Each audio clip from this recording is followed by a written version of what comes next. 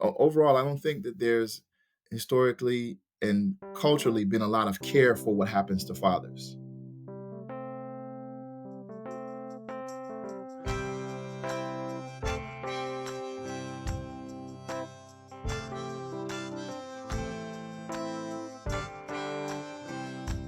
Welcome to Talking About Kids. I am your host, R. Bradley Snyder, researcher, activist, and author of The 5 Simple Truths of Raising Kids. There is a pretty simple equation when it comes to raising a healthy and happy kid. The more competent and caring adults there are in the life of a kid, the better off that kid will be. Unfortunately, policies and prejudices often prevent fathers from being present to their own children. My guest today to discuss these problems and what is being done to address them is the dedicated father, public servant, and public policy researcher at MEF Associates, Sundjata Aya. This episode is sponsored in part by the Arizona Department of Health Services Must Stop Bullying campaign through its Title V Maternal and Child Health Program. For more information, go to muststopbullying.org. Talking About Kids is designed to help parents and teachers and other professionals help kids. If you enjoy this episode, please give it a positive review and share it with your friends and colleagues. And now, the interview. My experience with fatherhood began with my own personal relationship with my father. And my parents were married and divorced when I was 5. They had a brief court battle where my father lost and did not have um, rights to me, Mm, essentially. He was a policeman, and you know, f- basically the whole process was probably over around when I was like maybe 8 or so. And I just remember wanting to have more time with my father, wanting to really connect with my father, and not being able to, mm, not understanding why um, I really couldn't have connection with both of my parents. And so my interest comes from my personal experience because I also felt that disconnection. I also saw it impact him.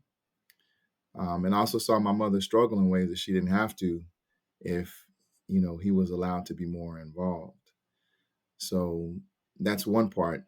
Fast forward to me being a father. I'm a father of two, and I have a 15 girl and an 8-year-old boy. Since my son has been, since he was about 4, his mother and I co-parented him. And when I got married, um, she decided that she was going to take custody, take full mm. custody, even though the co-parenting we were doing allowed him to thrive. And we were able to share half on, half off in terms of time, bills, expenses. Um, is really thriving, doing very well in school, mental health wise, just all around, very loving. And, I've seen those things change since the custody was pulled. And so, Right. I've been fighting the whole time to try to maintain a role in my son's life, and a viable role, not just a role that would be on the status quo or social norms, which is, 2 weekends a month. That's 4 days a month, where you're missing, you're not able to be a parent. You're able to visit your child. Right. Visitation is what prisoners get when they're incarcerated, right? I want to be an active parent. Um, I fought for that right, tens of thousands of dollars into the fight. I still can't speak to my son and I don't know where he is 265 days out of the year. Right? Not because I've done anything wrong. It's not because I've been a bad father. It's not because I've done anything that would preclude me from being able to play an active role in his life. It's because we have policies that um, stigmatize fathers and show a significant amount of bias against fathers and bias towards mothers. So I really have always been involved in social service work and looking at how to improve social outcomes. So social policy research was an obvious next step for me, um, because I realized that all of the programs that I had, no matter how impactful they were all influenced by policy and by politics. Right. So how do we inform that policy? How do we influence those politics so that we have better outcomes for people? And so that's how I got started in social policy research in relationship to fatherhood and healthy family. Well, you've already said it. You've said that many of these institutions have kind of a baked in bias towards mothers or away from fathers, however you want to say that. Mhm. Let's talk about that a little bit. So, what did you learn about how these institutions have treated fathers historically? And I want to talk about all fathers, but I also know that there is a very strong race dimension to how institutions have treated fathers Absolutely, too. absolutely. Yeah, you cannot disconnect the history from the present. So if we're looking at these policies, we have to look at where they started, and the historical context has, you know, uh, like is really deeply rooted in white supremacy. It's rooted in racism.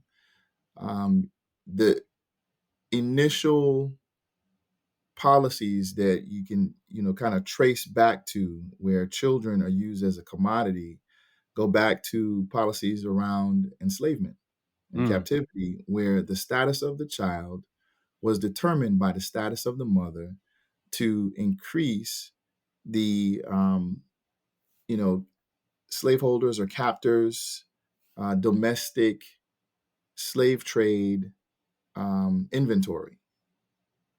right, So, initially, you have legal precedents that associates the legal status of the child with the mother.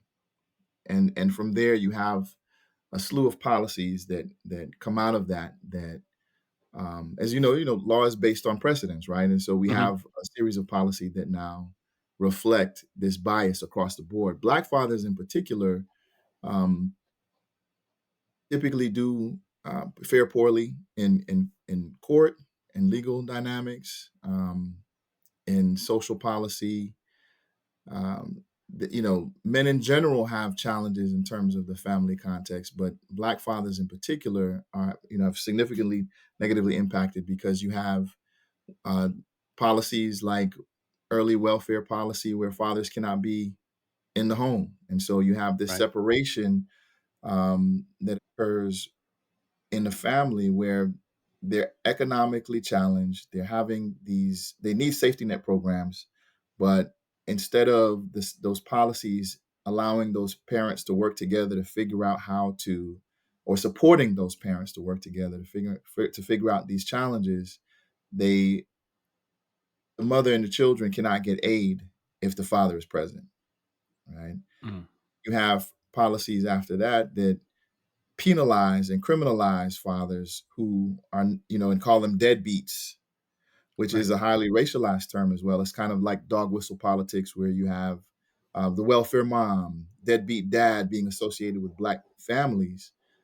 not acknowledging the socioeconomic context that are created by racism and oppression and all of these different factors that influence the education, influence the social mobility and access that Black families have. And so you have fathers who are not deadbeats, but they're dead broke, now being criminalized in the 90s when Janet Reno comes in with her, um, policies to basically punish, fathers for child support arrears.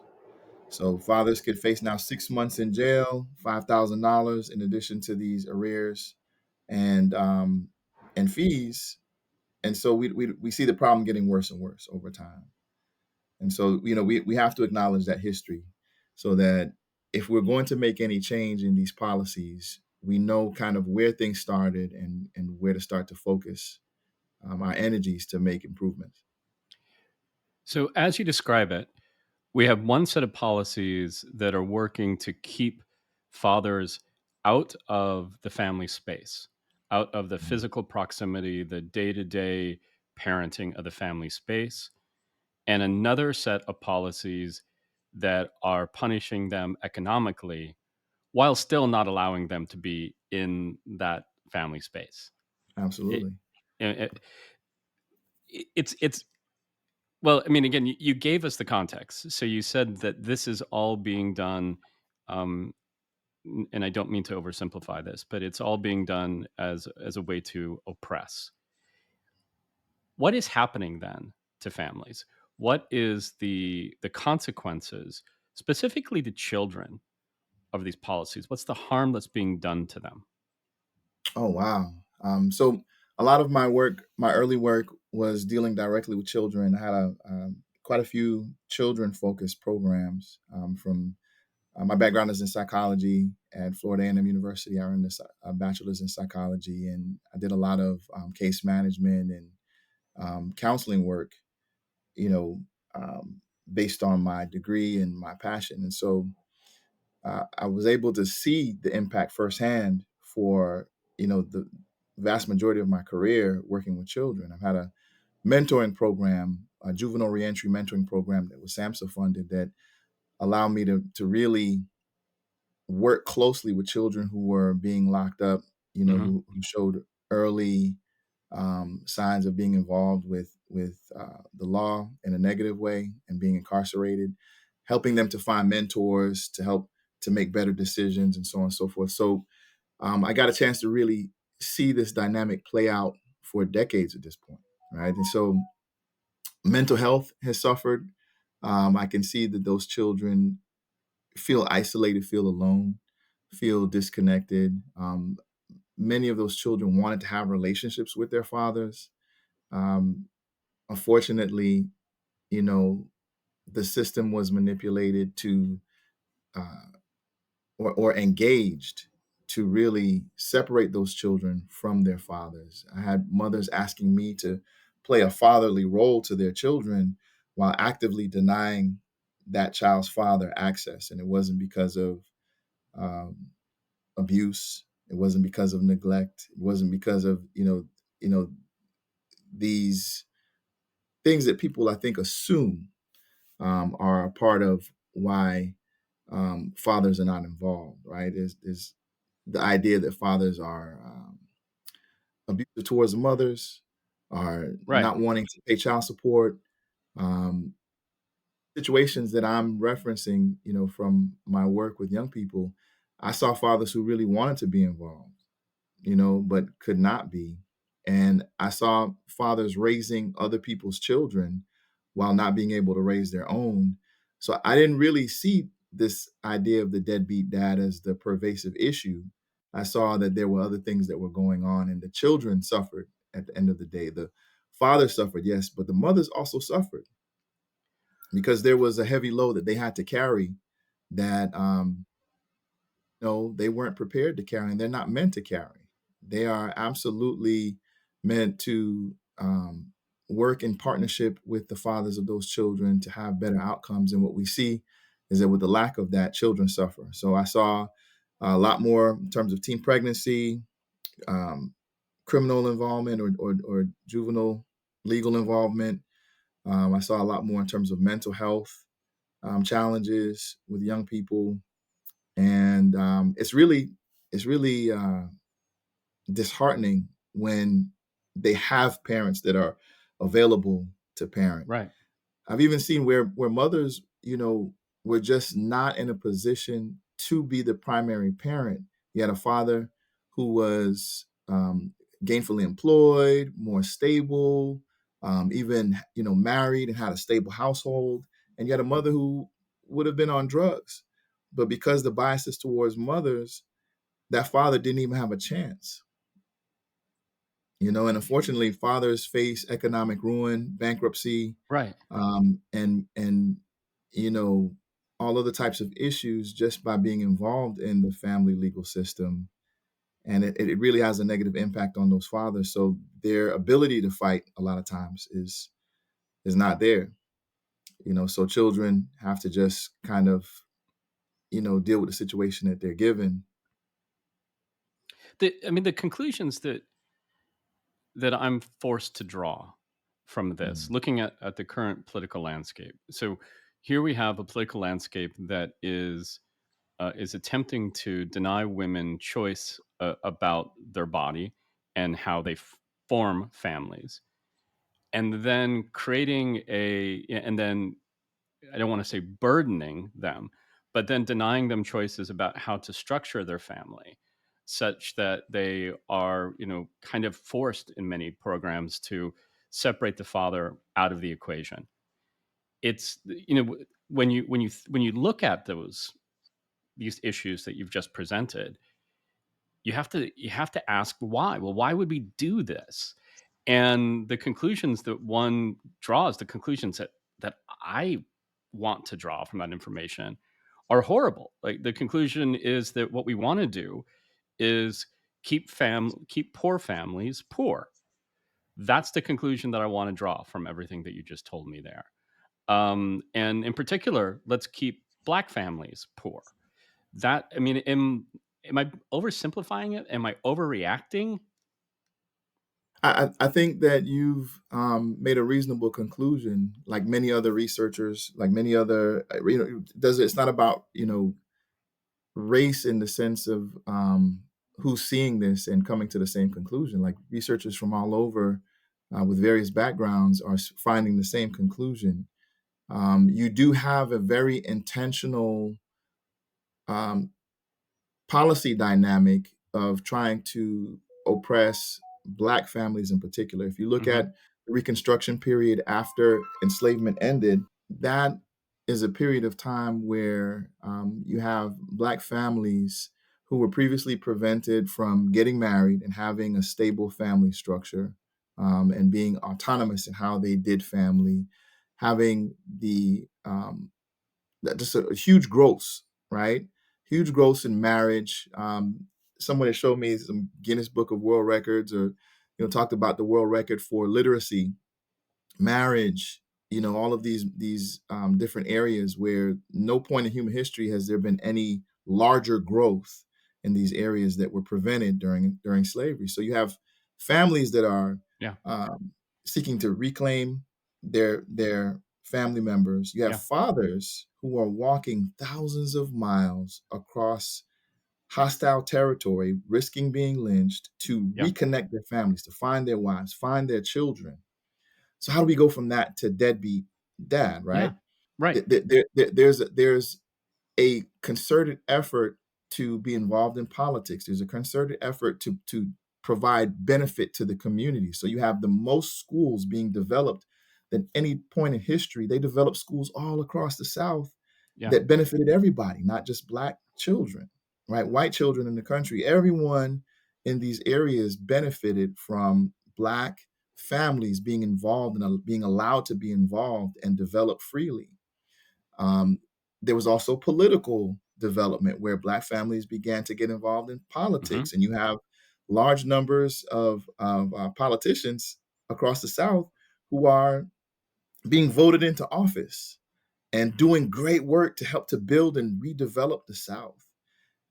And essentially, as white supremacy began to um, get itself together, to after the war, you have now um, physical terror with the development of the KKK to prevent people Yeah. from voting, right? To impact them in policy. You have economic terror, right? Where communities that are thriving are being torn down, like Rosewood, like Black Wall Street. Like you have these dynamics that Hmm.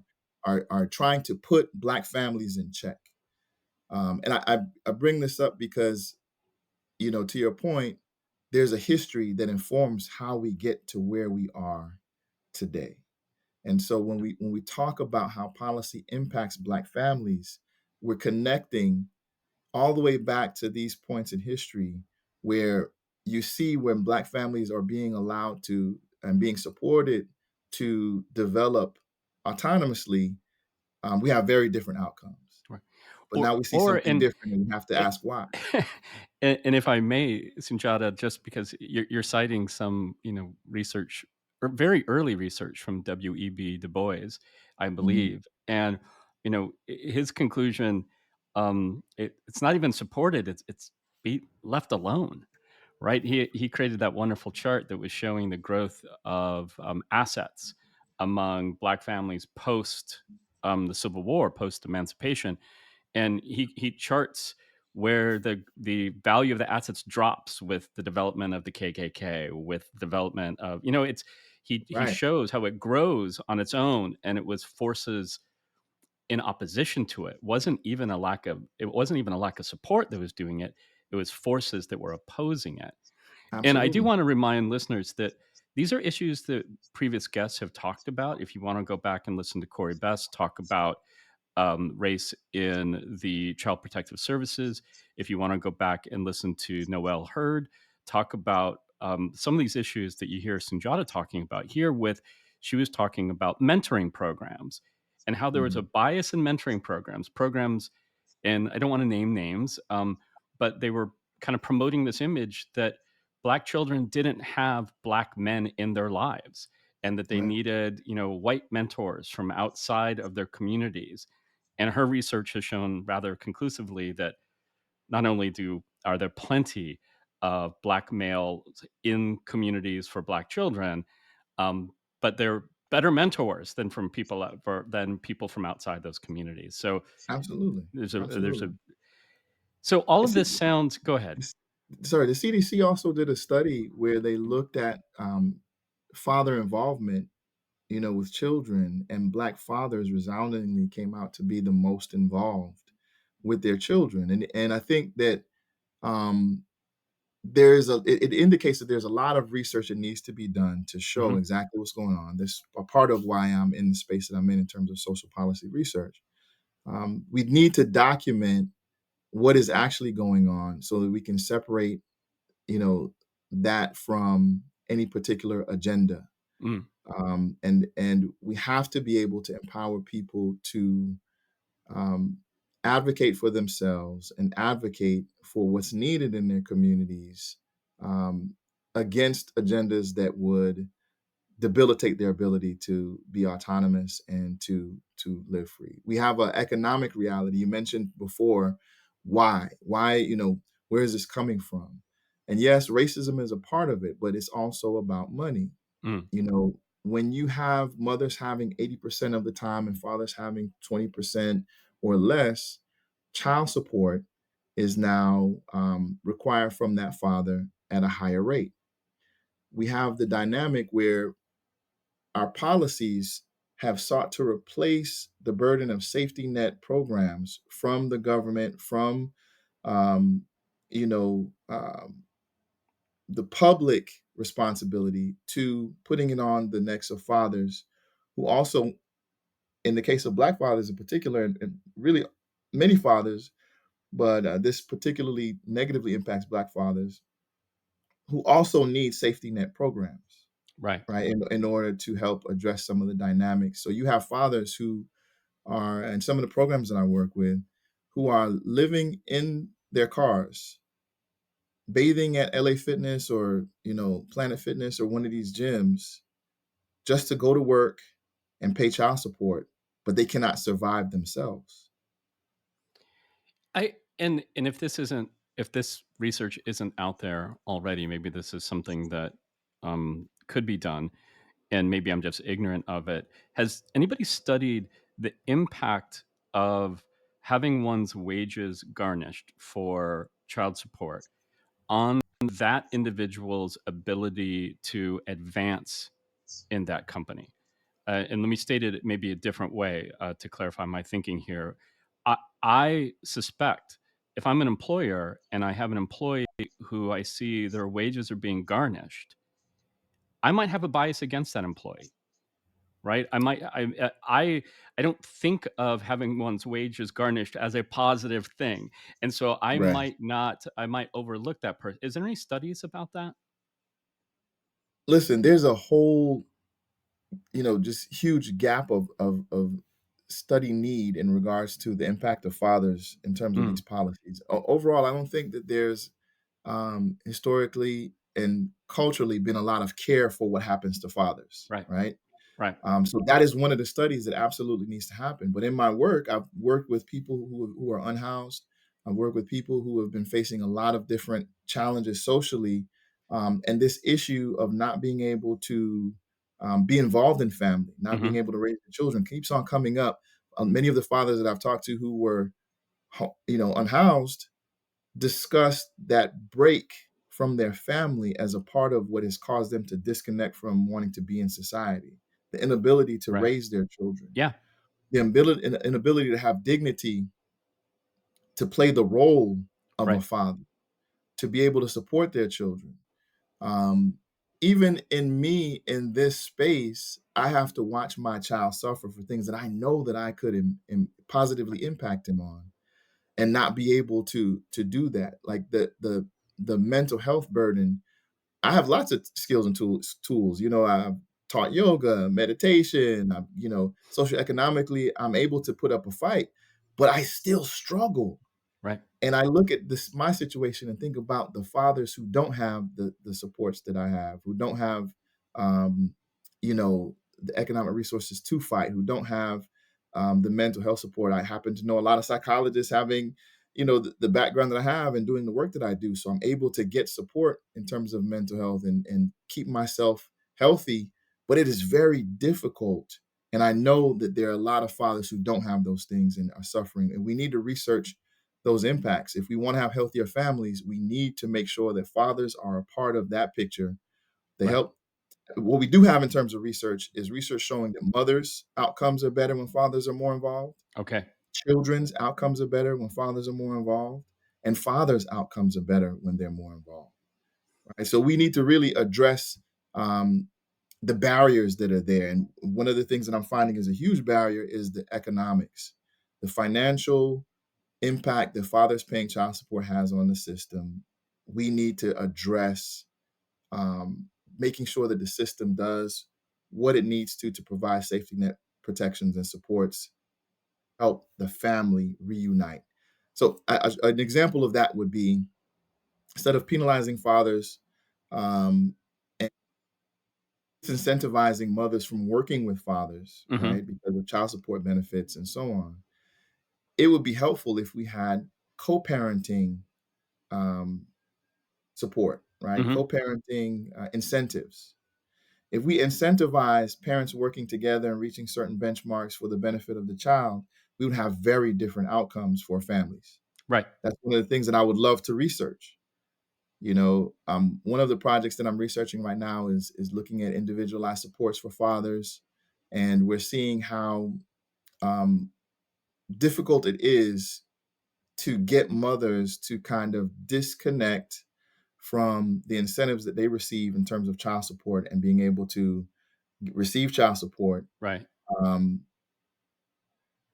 versus working with that father. And when we actually see them working together in these programs, we're able to see the benefit for the family overall, but it takes a lot to get there because of the disincentives that are also there for mothers to work with fathers.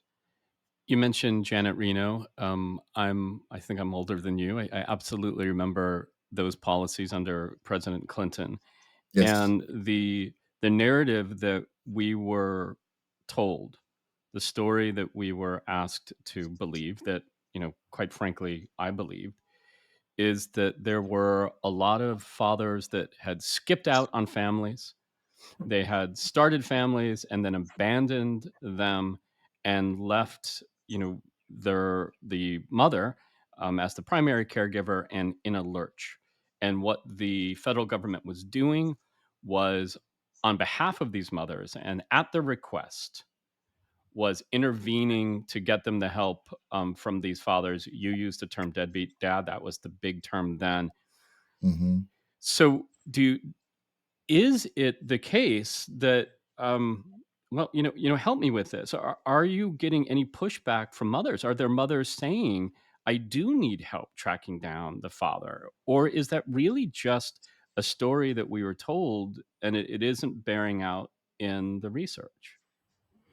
Yeah, I think that it's a both and in this dynamic because Okay. policy does influence what happens in society, and if you Right. disincentivize fathers from participating in family, then you have less fathers participating. If you make it, economically challenging for a father to survive, Right. if he engages, then less fathers are going to fight for their children. Okay. Less fathers are going to be involved. So you have a indication you have a situation where policy is also helping to create a reality.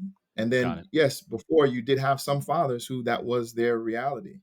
I think that we can't speak in absolutes, but when we look at what is really happening in society or has happened in society, we see, like I mentioned before, this historical context of fathers being heavily involved and having a place in the family to them being disempowered systemically and now not having a place in family. And Right. it's negatively impacting mothers. Um, Mothers, like I said, do better when fathers are involved. The Okay. economics can also um, be improved if families are working together. And so I think that there are fathers out there who don't intend to take care of their children. And if we take care of men and the issues that cause some of that behavior, Right. then I think we will also get different outcomes. Like I see where, like for example, HMRF funding, Healthy Marriage and Responsible Fatherhood, is the name of the funding pool that allows us to invest in family and a lot of these family policies.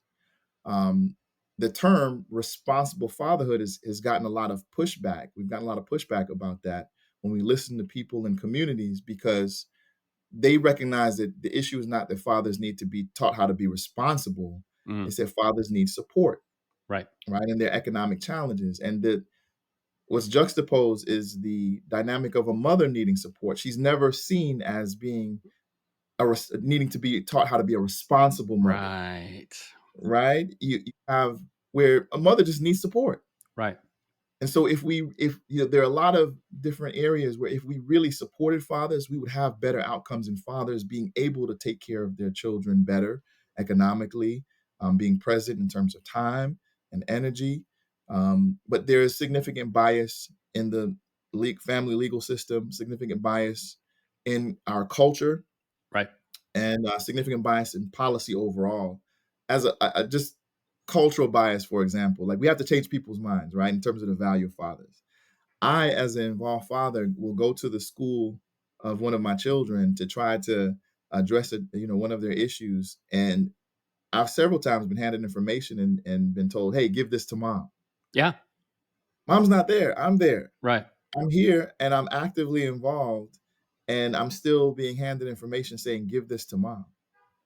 You know, as someone who's never had any issues taking care of my children, I still have had to fight against this image of the deadbeat dad, Mm. um, in terms of trying to navigate for their best interest.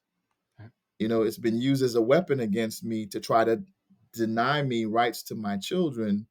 And this is all policy based. This is all, based on how we've been allowed to kind of ignore Mm. the needs of fathers as well. And we see the negative outcomes for families as a result. It's it's oh so much infantilizing poor, people and blacks in particular.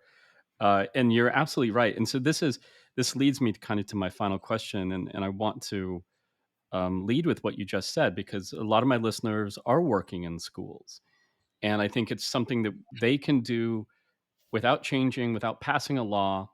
They can begin to address how they interact with fathers in those schools, how they're treated, how they're welcomed, and kind of the responsibility that's assumed or not assumed that they have. Right. So I think that's a great place. It's a small thing that we can do. What are some other things, other steps that people can take right now to get fathers more involved in families in a way that we know benefits the entire family, the mother, the father, and the child? Well, that's a great question. I mentioned on the policy side, helping, policy shifting towards supporting co-parenting. Mm, So if parents are not together, how do we incentivize co-parenting? That's one thing that I think would be a major shift that could help have huge outcomes for families. If we remove the disincentives for mothers to work with fathers and we incentivize co-parenting, right, right? That's one thing. Then there's in order to change that policy, these policies that have really deep rooted histories, you know, we have to make people aware of what's going on. So we need more research on what's happening to fathers, what's happening to families as a result of these policies. And we need to make sure that people are advocating and helping to build agency in those spaces where people have been right, denied agency. So we want mothers to feel protected. We also want fathers to feel protected. right, We want their rights to be restored. I think this is a human rights issue where we just acquiesce to the idea that fathers, it's okay for fathers to just be able to raise their children for 4 days out of a month or right, less, and I think we have to challenge some of those ideas, cultural ideas that would allow us to accept um, the abuse that results from thoughts like that towards the child and the father. right, So, challenging some of those ideas, like whatever mom says is right, just believing what mom says and not believing what dad says when dad is also trying to advocate for um, the benefits of that child. I think there's some cultural dynamics that also need to change. So we have the policy dynamics that need to change. But I am proud to say that we have a lot of women and men who are working in coalitions across racial lines, across gender lines to help to address this issue. We've okay, got a lot of support across the board from women researchers who understand the importance of fathers, um, and they're championing the cause. And we also need more fathers at the table in these spaces who can provide the lived experience and the wisdom um, from their perspective as fathers in this dynamic. I think that there are not enough fathers at the table, right, who can really talk about what's going on and really bring the story, to life and make it real for people who have the power to make certain decisions or to help influence some of those educators that are in your audience. We need more fathers to speak up. So mothers and fathers speaking up in unity to really talk about what's beneficial for the family, and that includes having that father involved in a healthy way. So being able to create space to listen to fathers, create space where fathers are comfortable. I'm involved in several projects where we have Head Start and various institutions like help trying to change how they engage fathers, and putting pictures up of fathers with their children, like having mm, opportunities for fathers to get together in those spaces to make those spaces safe. Because if there's a trauma, like you've had experiences like what I described, where I go to a school and I'm given information to give to mom, and I'm told repeatedly that I'm not really welcome there, then you're gonna have fathers who don't rush to participate in those right. spaces. So you have to now make a concerted effort to bring those fathers into those spaces, ask them their opinion, you know, create a safe space first, then ask them how they would healthily participate in this space and what they could contribute to help make the space better, what could make the space better Right. for them. We've got to listen to those people who have been silenced. Well, Sanjata, listeners of the podcast will recognize from what you described there the overlap with creating trauma informed programs, that making sure that you're reducing the barrier, you're offering choice, you are showing through who you employ and the images that you use, that the people are welcome there. So this is all overlapping with a lot of other great stuff that other experts have talked about here. But I just want to thank you. Yeah, please. in terms of the trauma informed approach, one of the things that I appreciate that we're looking at trauma informed approaches, because we can acknowledge how triggers um, to trauma affect participants in programs and affect Yeah. people that we're interested in helping. I think a major part of that is also to look at the resilience and Hmm. having a balance with trauma informed care and a strengths based approach. Right, when we're looking at change like what we're talking about here in terms of empowering fathers to have a place in family that can help make family healthier, we can have better outcomes for children. We need to look at the challenges and the trauma, but we also got to look at what do those fathers have as assets. One of the benefits of going to Morehouse School of Medicine's Masters of Public Health program, a type of research called community-based participatory research. That's what Hmm. even got me going there in the first place. And I found that it was more equitable in its approach to doing research and to helping clients and populations that really need help. Right? It was a way to figure out how to support without approaching them like you're coming to rescue them and Yeah. disempowering them in the process. So as we talk about helping fathers, I think fathers have a lot of strength that could be supported as well. So when we look at the trauma that's being caused, I do encourage people in schools and other listeners from wherever you're working to also look at the strengths that fathers have and figure out how you can support that. So look at the assets and talk to them about the assets. What do they have that could be supportive to them, supportive to the space that you're in as well. I think that's a really powerful note to end on. Sunjata, thank you so much for your work. And thank you so much for being a guest on Talking About Kids. Oh, thank you for having me. It's been a great honor. I definitely appreciate the work that you're doing. We need to definitely have more of a focus on children. So I appreciate your time, appreciate your work. That was Sundjata Aya. More information about Sundjata is at talkingaboutkids.com. And when you do visit talkingaboutkids.com, please let me know what you think about the podcast. The Talking About Kids theme song is by the Senators. For more of their music, go to thesenatorsmusic.com. And remember, kids are young goats and young humans, and the difference is that young goats are easier to manage.